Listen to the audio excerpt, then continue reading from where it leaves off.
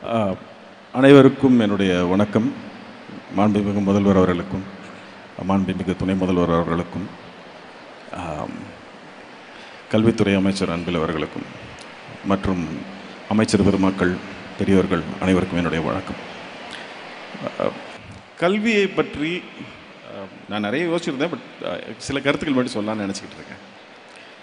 கல்வியை பற்றி 2000 வருடங்களுக்கு முன்னால் ஒரு பாண்டிய மன்னன் அவர் ஒரு பாடல் எழுதியிருக்கிறார். இதில் பாலகிருஷ்ணன் ஐயா வந்து பல இடங்கள் அதை பற்றி பேசியிருக்கிறார். அதோடைய கடைசி 4 வரிகள் ரொம்ப முக்கியமானது. வேற்றுமை பொருந்திய நாற்பால் உள்ளும் கீழ்ப்பால் ஒருவன் கற்பின் மேற்பால் ஒருவனும் அவன் கண் படுமே அப்படின்னு சொல்கிறார். கல்விக்கு வந்து 2 குணங்கள் இருக்குது. அதில் ஒரு குணம் இப்போ இவர் சொல்கிறது. அது என்ன குணம்னா, கல்வி வந்து கீழே இருக்கிறவன் கற்ற பின்னாடி மேலே இருக்கிறவனும் அவனை மதித்து அவனோடு சேர வேண்டிய கட்டாயத்தை ஏற்படுத்தும்.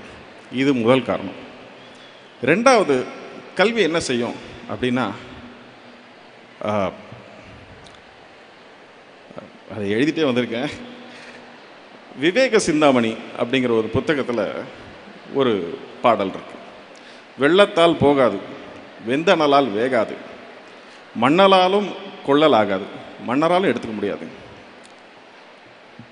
கொடுத்தாலும் நிறைவொழிய குறையாது. அது என்னன்னா, நம்ம எதுக்கு படிக்கிறோம்?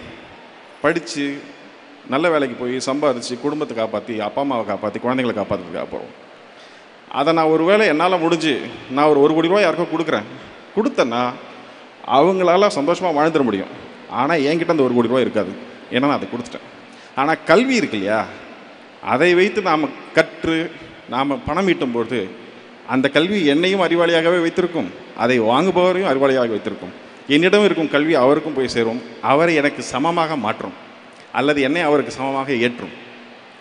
இதனால தான் கல்வியை வந்து கற்கக்கூடாதுன்னு பழங்காலத்திலிருந்து இன்னைக்கு வரைக்கும் தடுத்துக்கிட்டே இருக்காங்க. இது ரொம்ப ரொம்ப முக்கியமான பாயிண்ட். கற்றுக்கிட்டு வந்திருந்த நாம் ஏன் நடுவில் கல்வியை இழந்தோன்றதை யோசிக்கணும். 2 விதமான கருத்தியல்கள் இருக்குது கல்வியை சார்ந்து. ஒன்று திராவிட கருத்தியல், எல்லாரும் படிக்கணும், எல்லாரும் அறிவாளியாக இருக்கணுங்கிறது. இதை வந்து இப்போ நான் சொன்னேன் இல்லைங்களா, இந்த பாண்டிய நெடுஞ்செழியன் காலத்திலிருந்து போன செஞ்சுரியில் இருந்த பாரதியார் வரைக்கும் அவர் கூட சொல்லியிருக்காரு, அன்ன சத்திரம் 1000 நாட்டலும் ஆலயம் 10000 கட்டலும் அப்படின்னு சொல்லி அதோடைய எண்டில் என்ன சொல்லியிருக்காருன்னா, இந்த பல புண்ணியங்களை தாண்டி கோடி மடங்கு பெரிய புண்ணியம் அங்கே ஒரு ஏழைக்கு கல்வி அறிவித்தல்னு சொல்லியிருக்கிறார். அப்படிப்பட்ட ஒரு புண்ணியமான செயல் வந்து கல்வி அறிவிக்கிறது. இப்போது ஆரிய கருத்தியல்ல என்ன நடந்திருக்குன்னா, கற்கணும்னு ஆசைப்பட்ட ஒரு பையன் போய் ஒரு ஆசிரியர்கிட்ட கற்கணும்னு கேட்டபொழுது, நீங்கள் எந்த ஆளுன்னு கேட்டு உனக்கு சொல்லித்தர மாட்டேன்னு அனுப்பிச்சிட்டார். ஆனால் அவனே போய் வில்வித்தை கற்றுக்கிட்டு அவர்கிட்ட போய் நின்னபோது அவருடைய கட்டை விரலை அவர் வாங்கிக்கிட்டார். அவர்கிட்ட போய் கர்ணன் பின்னாடி கற்றுக்கணும்னு நினச்ச பொழுது கர்ணனையும் நீ என்ன ஆளுன்னு கேட்டு அனுப்பிச்சிட்டார். அவர் கிருபாச்சாரியார்கிட்ட போய் கேட்டபொழுது அவர் கேட்கும்பொழுது இல்லை நான் மேட்டுக்குடின்னு சொல்லி அவர்கிட்ட தொழில் கற்றுக்கிட்டார். ஆனால் அவரும் அப்படிப்பட்டவர் இல்லைன்னு தெரியும் பொழுது அவர்கிட்ட நீ கற்ற கல்வியெல்லாம் உன்னை விட்டு ஒரு நாள் போய்விடும் சொல்லி சாபம் கொடுத்து அதையும் பிடிங்கிறார். இப்படி துரோணாச்சாரியார் கிருபாச்சாரியாரில் ஆரம்பித்து ராஜகோபாலாச்சாரியார் வரைக்கும் நாம் படிப்பதை தடுத்து கொண்டே இருக்கிறார்கள்.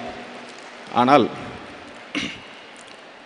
இந்த கொள்கைக்கு எதிராக சமத்துவம் இருக்கக்கூடாதுன்னு சொல்கிற இடத்துல சமத்துவமும் சமூக நீதியும் இருக்கணும்னு சொல்கிற ஒரு கட்சி ஒரு கொள்கை ஆட்சியில் இருக்கும் பொழுது அவங்க எல்லாரையும் படிக்க வைக்கிறதுக்கு எத்தனை திட்டங்கள் முடியுதோ அத்தனை திட்டங்களையும் போடுறாங்க. காலை உணவு கொடுக்குறாங்க,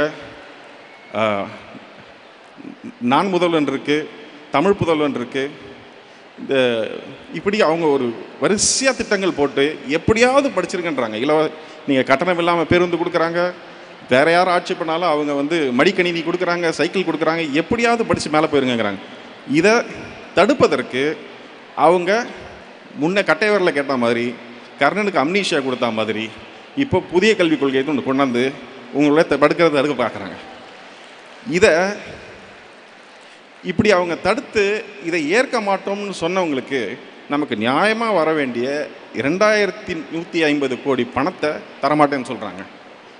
இப்போது நமக்கு உடன்பாடு இல்லாத அல்லது கொள்கையாக அரசியலாக முரண்பாடு கொண்ட ஒரு கட்சி ஒன்றியத்தை ஆளும்போது எந்த உதவியும் இல்லாமல் கைகளை கட்டி கால்களை கட்டி தண்ணீரில் போட்டதுக்கு அப்புறமா நீந்தலாம் என்று பார்க்காமல் தான் நீந்தி தமிழக மக்களையும் கரை சேர்க்கக்கூடிய ஒரு உழைப்பை செலுத்தியிருக்கக்கூடிய இந்த முதல்வருக்கு என்னுடைய மனமார்ந்த நன்றிகளை தெரிவித்துக் கொள்கிறேன். நன்றி.